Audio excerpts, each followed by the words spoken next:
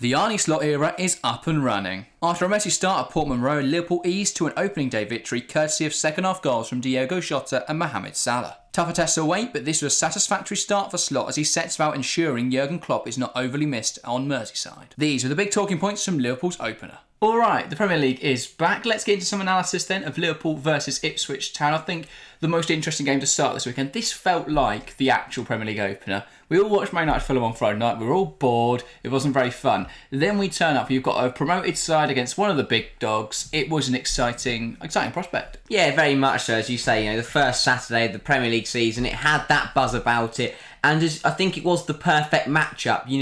You had a promoted side coming up who haven't been in the league for 22 years at their home stadium, home fans, incredible atmosphere at Portman Road, coming up against a Liverpool side who didn't fight for the title last year, are under new management. It feels like a new era at Liverpool, going up against a new promoted side. It felt like the perfect game for both of these sides to open with. Yeah, I felt like Brentford versus Arsenal a few years back, where Brentford came on that Friday night. Everyone had this built-up feeling, Brentford in the top flight, what's going to happen? Yeah. And they went and beat Arsenal that night. And there was a feeling, there was a buzz around Portman Road that they might be able to get that result over the line. Ultimately, it didn't come to fruition, but they still put up one hell of a fight. We're going to analyse what happened in that game here. We'll start with the first half, because we'll throw up the first half statistics now. Liverpool were not very good in that first half. Only 57% possession, 43% to Ipswich. I think is closer than they would have liked it to have been. Yeah. Expected goals were in favour of Ipswich, with 0.32 to 0.11. Ipswich had 4 to Liverpool's 3 shots and 2 on target to Liverpool's none. They were the better side in attacking areas in the first half. Yeah, very much so. For me, I think that purely comes down to the fact it's opening game. Both sides are still a bit rusty coming in from pre-season, because you always are every single game. You can never look peak condition in the first game of the season. And I think the pure difference was at home in the first 45 minutes back in the Premier League for Ipswich. That adrenaline rush was absolutely incredible. The fans, they were cheering every throw-in, every corner, every tackle. Every VAR, exactly. That's quite amusing. Everything. Ipswich, the fans were on the team, and I think the team in the first half used that, especially when they were playing against a Liverpool side who were playing in a new system and were only just starting to adapt. Yeah, there was lots of mistakes for Liverpool. It was very error-strewn throughout that first half. I think they lacked tempo. They weren't really composed. A lot of passes went astray. And I think the biggest thing, there wasn't much confidence in that side. They didn't know what they were doing. They weren't assured of themselves. And that's something we haven't seen for years in this Liverpool side, because of obviously that Jurgen Klopp effect. Yeah. And obviously Klopp and Slot are very different in their manner. You look at Klopp and he's running up and down the touchline, he's shouting, he's screaming, he's enigmatic. Slot's a very calm-mannered manager. He's very much, hand on the shoulder, go and do it. Yeah. We'll give the tactical instructions at half-time. He's not out there shouting on the touchline. So they're very different ways of management. And so I can see why that confidence may be a little less. Because if you're used to having your manager shouting encouragement, bellowing orders, all this, I think it can be difficult to then adjust to a manager who's a little more laid back, a little more calm in how he delivers his instructions. And obviously those Liverpool errors were pounced on by Ipswich. I think they were fantastically assertive and combative. They won more duels, 31, which is 58% of duels in that first half. And that was a key thing for me. Yeah. Ipswich kept battling, kept fighting. And obviously then you win that duel, you win the ball back, and possession changes hands. So a lot of times Ipswich were able to force those turnovers by being more combative, by being more assertive, being more aggressive. So yeah, and as you say, obviously Ipswich coming in, they were full of energy, they were very lively, and I think that helped massively to win those duels. Half-time turns up, Liverpool make a big change. That was a needed change for me. Yeah, I think so, both, I think, tactically and personnel-wise. Touch on the personnel one, bringing Konate on for Quansah, it made sense. Jarrell Quansah had a tough first half, and I think he was lucky. I know he made a good block to block the Hutchinson effort, but he didn't have a great first half, I don't know what that, potentially that is just, it was, they were up against it, Liverpool. It's a young player. All you can hear is the home fans giving you stick, and they're up against you. Maybe that was it. Who knows what it was? But it could be a lack of sharpness or coming in, or fitness coming into the season. But overall, bringing Konate was the right decision. Yeah, we'll show on screen. Quansah 50% duels won in that first half. You compare that to Konate in the second half, it was up at 80%. Yeah. That's a huge disparity. And actually Konate's height and aerial presence really changed that game. Yeah, because basically what it meant was every time Ipswich would come forwards in the first half, someone like Wes Burns or Liam Delap would get that flick on and they'd be able to progress. In the second half, Konate would just shut that down. Yeah, and then that attack's over. And definitely you can see in the statistics that changed massively. If we show the second half statistics, only 34% possession this time for Ipswich Town. 0.15 XG to 2.61. That is complete night and day difference. Yeah. Liverpool dominated in the second half. 15 shots to 3 in favour of the away side. 5 on target to none. 41 touches in the opposition box to 10 to Ipswich Town. They were level on 7 in the first half. So it's just completely different numbers. And as we say, that duels won up to 55% for Liverpool in the second half. They made, that made a big difference. They were the better team, I think, in the second half. Very much so, as you say. I'm not saying Quansah's the sole liability as to why Liverpool struggled, but it's about setting that example. You win the duel, and it sets you up to do better down the line because it means you've got more of the ball. They're having less chances. You're having more. But the thing for Liverpool is it felt like what was going to happen did happen. In the second half, you could then see the difference between a Champions League quality side and a side who have just come up from the Championship. That's what happened in the second half, and that comes down to the quality on the pitch. Let's be honest. When Mo Salah got motoring, Jota started performing. Diaz probably could have had a hat trick in that game in the second half. One he flicked over the bar from close range that was a big miss. But it's more like the personnel prevailed, the quality prevailed, but so did Arne Slot. Yeah, and I think we start to see what we think slot ball is going to look like. There was an increased tempo, the movement was better, there was much more confidence in that Liverpool side, it was much more precise, and their decision making as well in those key areas was a lot better. And I think that made a huge difference, and they started to play very well. The other key difference, we spoke about centre half, how they made that change. The other two differences I want to point out, firstly, that midfield three, there's a big difference to how they played in the second half. They were much more progressive, much more prominent in the game. I think in the first half, we speak about those duels, but also Ipswich Town were more assertive in the midfield. They won that midfield battle. Morsey and Luongo got about, they made their challenges. Yeah. I think the big difference, we talk about that aggressiveness, Ipswich got 3 yellow cards in the first half to Liverpool's none, because they were fighting, they wanted to go and get that ball. In the second half, they didn't pick up a yellow, whereas Liverpool did. And that, for me, shows that in that first half, Ipswich were a bit more bitey, a bit more aggressive with it. And then Liverpool started to play around them, and Ipswich couldn't really get close to them. So that, for me, was a big difference. And also, there's a greater intensity. We saw in the first half, I think Liverpool underestimated how good Ipswich would be at playing out from the back. And they were very much, sitting off them a bit. It wasn't very high pressing. In the second half, that changed, and they were pressing Ipswich right to their touchline. And it made it very difficult for Ipswich to play through the lines, and therefore they couldn't get forwards. They kept getting pinned back, and that just invites more pressure. Yeah, very much. Yeah, I think... that is something that Ipswich Town will obviously look at, but, that's what good sides do. They read the situation, they adapt to it, and they win the game. And I think it is very promising for Liverpool fans. Yes, the first half was very disappointing, but that is exactly what you'd expect. When you're going, it's always going to be difficult, travelling to a newly promoted side, under new management, when you've had the same manager, for a very long period of time, so it's going to be different. Patience is the key for Liverpool. Luckily, usually, we say be patient, give them first 5 games. It felt like Arne Slot only needed 45 minutes. And there will still be problems that he has to iron out over the next few games. But I think what the main promising sign for Liverpool fans is that Slot did show that when they are up against it, or when they aren't playing as well as they could, he will change it, he will adapt it, so they go on to win the game. And that is a big factor that can decide how many points you get on a completely, on a massive scale. You can pick up so many points by doing that, by having that adaptability. Yeah, very much so. The last thing I want to touch on, in terms of Liverpool, is Ryan Gravenberch. Obviously, playing in that number 6 role. There were some doubts about who would play there to start the season. I think a lot of people thought it would be Mac Allister, because what Slot wants from midfielder is someone that's from that 6 role, is someone that's very press resistant, someone who's very comfortable receiving the ball under pressure, and someone that's very comfortable progressing that ball forwards. And McAllister fits all of those things, but so does Ryan Gravenberch, and I think it's a bit of a stroke of genius to play him in that role. He's very good at carrying that ball forward. He's very good, as I say, at those things that Slot wants from a number 6.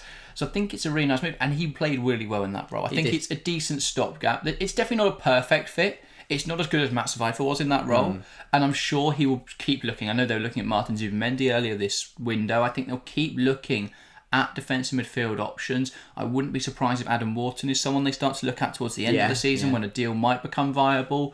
But I think for this season, with Gravenberch in that role, with Endo as a reliable option as well, against perhaps bigger sides where you want to have a more defensive midfielder in there, I think it makes sense. I think Gravenberch played really well. Yeah, and I think the main thing as well is that for me, it unlocks Mac Allister further forward. We know, I mean, obviously his range of passing is phenomenal. We also know he is incredible with long range efforts. And obviously, last season he scored some he's played in that 6th role and he still scored from 25, 30 yards. But playing in that further forward, he is going to be the one there on the edge of the box, 15, 20 yards out, he's going to receive the ball. And with his ball striking ability, it could be a very nice route to goal for Liverpool, is some incredible strikes from Mac Allister. So I think it's a positive change for both Gravenberch and Mac Allister.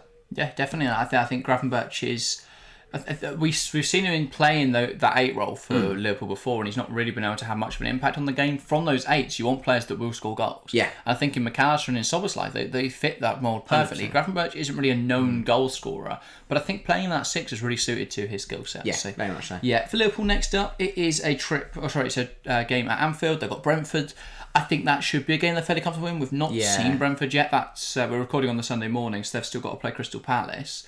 But for me, that's a game that Liverpool should win. Yeah, very much so. I mean, obviously, Brentford, they're a decent side. We'll see how they go against Palace, but realistically, we know how good that Palace side is or could be this season. But Liverpool, it's looking good. At home, back at Anfield, it should be a good one. Yeah, definitely. Let's talk about Ipswich then briefly at the end of this video, because I think there's a lot for Ipswich to be very proud of. I think obviously the result, there'll be a bit of frustration that they didn't manage to pick up anything. I think after that first 45, there would have been a bit of belief at Portman Road that, you know what, we might actually do this. But I can see, I think that they need to take a step back and realise it is Liverpool. It's a very tough game. But there was a lot for Ipswich to be very proud with. I think they competed very well, as I said. They were very aggressive. And what we saw last season from the 3 promoted sides is that Sheffield United and Burnley just lost way too many duels. Way too many times they were caught out in those sorts of areas. Whereas Luton Town, who put up the best fight of the 3, were very competitive in those duels, were very combative and physical. And for me, that's really crucial. Because if you can unsettle some of these sides that like playing this beautiful possession football, then that can very much play into your favour. And I think it did in the first half. They unsettled Liverpool, especially a young player in Jarrell Quansah, who was very much not able to handle the physicality of Liam Delap. Yeah. And kept losing those physical duels. So I think that was really good from Ipswich. I think they were aggressive on the counter, and if they had that finishing, if their strikers had that composure, there was a few goals, I think, in that first half Ipswich could have taken. There was a breakaway chance for Murray Hutchinson that Trent came across and dealt with just about. There was a few in that first half. There was the header for Greaves as well.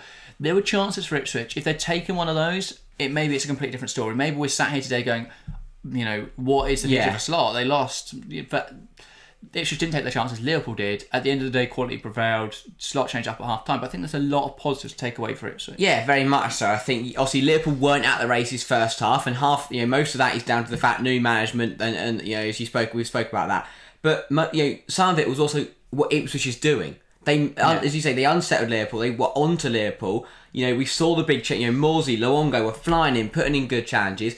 Do you think they've just got to be mindful about picking up yellow cards? Because if they fly in like that every single game, we're barely going to see them both because they're going to keep Well, to be fair, they've now got Jens Kajust apparently and Phillips. So and they have. Maybe let Morsey and Luongo pick up 5 yellow cards. Fly in. Lead by example, Morsey. But, I think for Ipswich, it is very promising.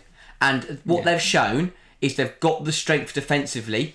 For me, they lost to Liverpool, but that's fair enough. What the performance showed from an Ipswich point of view is that they will go to other teams and pick up points.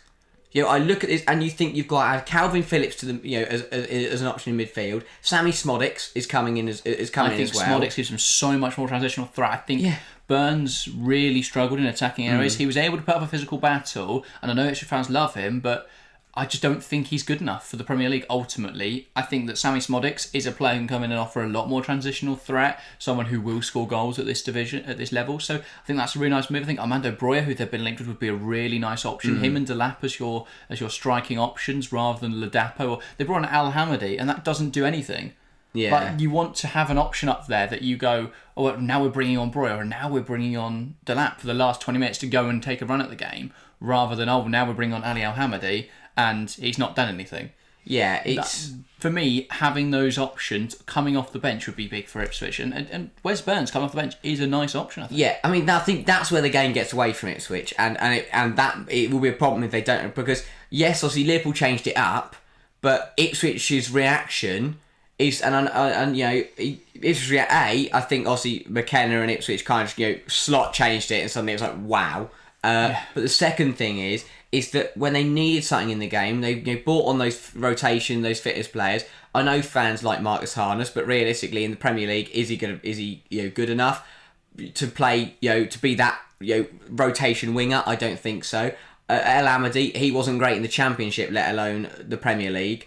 It's those kind of players. For me, you can't really be bringing on the Premier League. Yeah. And that's why they're bringing in players like Smodics to add another option, because bringing him into the game, or starting him and then bringing in Burns or Chaplin is completely different. And for Ipswich, I think they're doing the right things. And I look at it and go, if they play like they did on Saturday, they will go to any team in the bottom half of the Premier League and give them a game and get points.